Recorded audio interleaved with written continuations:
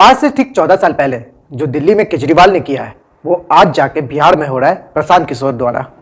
आखिर हम ऐसा क्यों कह रहे हैं, चलिए जानते हैं। नमस्कार, आदाब, सत श्री अकाल, मैं Abhay. Welcome to the episode 7 of predicting politics. ये साल 2011 की बात है जब अन्ना हजारे आमरण अनशन में बैठे थे दिल्ली में इंडिया एंटी करप्शन मूवमेंट के तहत, जहां उनका डिमांड था कि एक जॉइंट कमेटी फॉर्म हो मेंबर ऑफ गवर्नमेंट और सिविल सोसाइटी द्वारा, जो मिलकर एक ड्राफ्ट तैयार करे जो स्ट्रांग और टफर हो करप्शन के ऊपर। मगर इस डिमांड को उस समय के रहे प्रधानमंत्री डॉक्टर मनमोहन सिंह ने रिजेक्ट कर दिया। तो इसके कारण जंतर मंतर में एक अन्ना हजारे आंदोलन शुरू हुआ। अब ये आंदोलन जंतर मंतर में था, यानी दिल्ली में, और दिल्ली में उस समय कांग्रेस की सरकार थी और दिल्ली के सीएम थे शीला दीक्षित जी। शीला दीक्षित जी ने खूब मेहनत किया इस आंदोलन को दबाने का, और कांग्रेस सरकार चुप्पी साधी हुई थी इस आंदोलन को लेकर, क्योंकि वो ऑलरेडी इस बिल के खिलाफ थी। मगर जैसे जैसे ये आंदोलन बढ़ते चला गया वैसे वैसे पब्लिक का सेंटीमेंट इस आंदोलन से जुड़ता चला गया, और इस आंदोलन से निकल के आए थे अरविंद केजरीवाल। और 2011 से लेकर 2013 के बीच अरविंद केजरीवाल का पॉपुलैरिटी बढ़ता चला गया। वो एक पार्टी फॉर्म करते हैं, आम आदमी पार्टी, यानी आप, एकदम नया नया पार्टी झाड़ू छाप के साथ दिल्ली का सीएम इलेक्शन लड़ते हैं और वो 2013 में जीत जाते हैं। यानी ये इलेक्शन ऐसा लड़ा गया था जब Arvind Kejriwal versus BJP versus Congress था, और अरविंद केजरीवाल जो नए नए एकदम आए हुए थे उन्होंने दो स्टैब्लिश पार्टी को 2013 में दिल्ली के विधानसभा इलेक्शन में हरा दिए। अब चलिए फास्ट फॉरवर्ड आते हैं 2024 और 25 को। अब एक और राज्यों में एक आंदोलन उठा, बीपीएससी आंदोलन। इस आंदोलन में फिर से एक चेहरा निकल के आया, प्रशांत किशोर। उन्होंने कुछ दिन पहले बीपीएससी छात्रों के मांग के लिए, जो उनका मांग था कि री एग्जाम फॉर ऑल, उस मांग के लिए उन्होंने गांधी मैदान में आमरण अनशन शुरू किया।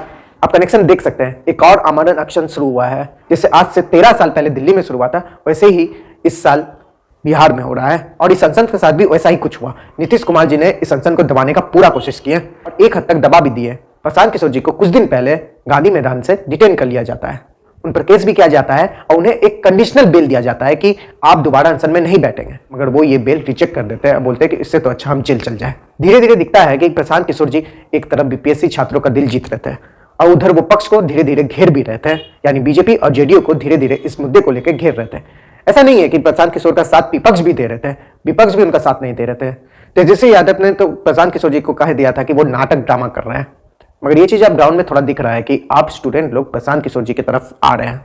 जैसा कई साल पहले दिल्ली में हो रहा था वैसा अब बिहार में भी हो रहा है कि एक आंदोलन से एक नेता निकल के आ रहा है। जैसे जैसे दिन बीता जा रहा है प्रशांत किशोर जी का बीपीएससी छात्रों के बीच पॉपुलैरिटी इंक्रीज करता जा रहा है, उनका पकड़ भी मजबूत होता जा रहा है। वो पब्लिक सेंटीमेंट ही है जिसके कारण दिल्ली में 2013 में पब्लिक ने ना बीजेपी चुना ना कांग्रेस चुना, उन्होंने आम आदमी पार्टी चुना।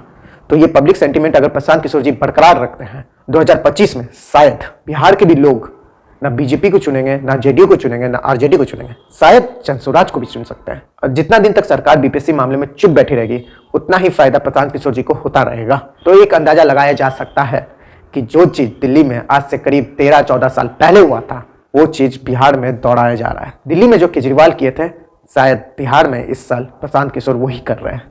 अब Bihar politics NDA versus India नहीं रहा, ये अब बन चुका है NDA versus India versus Jan Suraaj.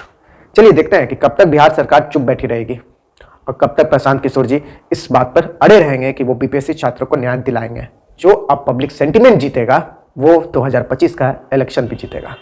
तो इसमें आपका भी भागीदारी होना चाहिए। चलिए कमेंट बॉक्स में आप बताइए, क्या केजरीवाल जो आज से 13-14 साल पहले दिल्ली में किए थे वो प्रशांत किशोर सेम कमाल क्या इस साल 2025 में बिहार में कर पाएंगे? कमेंट बॉक्स में बताइएगा। और आपको वीडियो पसंद आया तो डेफिनेटली लाइक कर दीजिएगा, और भी ज़्यादा पसंद आया तो शेयर कर लीजिएगा। और ऐसे ही प्रेडिक्टिंग पॉलिटिक्स के लिए हमारे चैनल को सब्सक्राइब कर लीजिए।